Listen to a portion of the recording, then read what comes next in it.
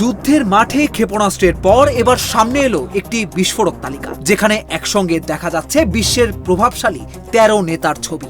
সবার ওপরে যুক্তরাষ্ট্রের প্রেসিডেন্ট ডোনাল্ড ট্রাম্প, তার পাশেই ইসরায়েলের প্রধানমন্ত্রী বেনিয়ামিন নেতানিয়াহু। এই তালিকা প্রকাশের পর নতুন করে আলোচনায় মধ্যপ্রাচ্য। প্রশ্ন উঠছে, এটা কি শুধু রাজনৈতিক বার্তা নাকি আরো বড় কোনো সংকেত? আর কেনই বা হঠাৎ এই ১৩ জনকে একসঙ্গে তুলে ধরা হলো? ইরানের কট্টরপন্থী পত্রিকা দৈনিক হামশাহারি একটি অনলাইন ইনফোগ্রাফিক প্রকাশ করেছে। সেখানে ১৩ জন বিদেশি নেতার ছবি দিয়ে তাদেরকে সাবেক সর্বোচ্চ নেতা আয়াতুল্লাহ আলী খামেনির হত্যার প্রতিশোধের লক্ষ্য হিসেবে তুলে ধরা হয়েছে।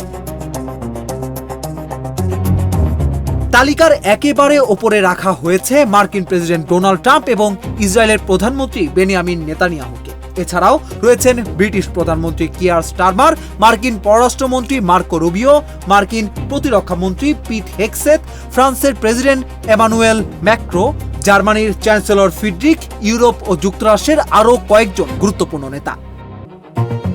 এই তালিকা প্রকাশ করা হয় নতুন সর্বোচ্চ নেতা মোস্তফা খামেনির প্রথম বার্তার সঙ্গে। তিনি বলেন, প্রতিশোধ আমাদের জাতির ইচ্ছা এবং তা অবশ্যই বাস্তবায়িত হবে। এই অপরাধীরা শান্তিতে মৃত্যুবরণ করার আশা নিয়েই কবর পর্যন্ত যাবে। তবে তিনি তার বক্তব্যে কোনো ব্যক্তির নাম উল্লেখ করেননি। অন্যদিকে হামশাহারি পত্রিকা সেই বক্তব্যের পাশেই ১৩ নেতার ছবিসহ ইনফোগ্রাফিক প্রকাশ করে, যা মুহূর্তেই আন্তর্জাতিক গণমাধ্যমের শিরোনামে চলে আসে।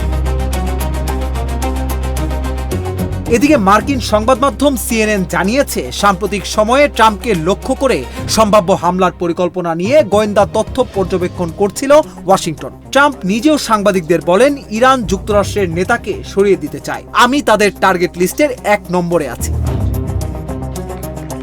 এদিকে এই ঘটনায় এমন এক সময় সামনে এলো যখন হরমুজ প্রণালী ঘিরে যুক্তরাষ্ট্র ও ইরানের উত্তেজনা আবারও চরমে পৌঁছেছে। নতুন মার্কিন হামলার জবাবে ইরান হরমুজ প্রণালী বন্ধ রাখার ঘোষণা দিয়েছে এবং উপসাগরীয় অঞ্চলে ক্ষেপণাস্ত্র ও ড্রোন হামলাও চালিয়েছে।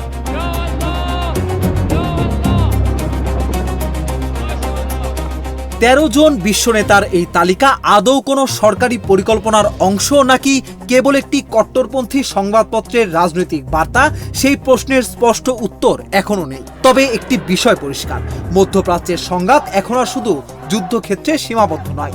বার্তা, প্রতীক এবং মনস্তাত্ত্বিক চাপ সবকিছুই এই সংঘাতের অংশ হয়ে উঠছে। আর সেই কারণেই এই তালিকা প্রকাশের পর বিশ্বের নজর আবারও ঘুরে গেছে তেহরানের দিকে।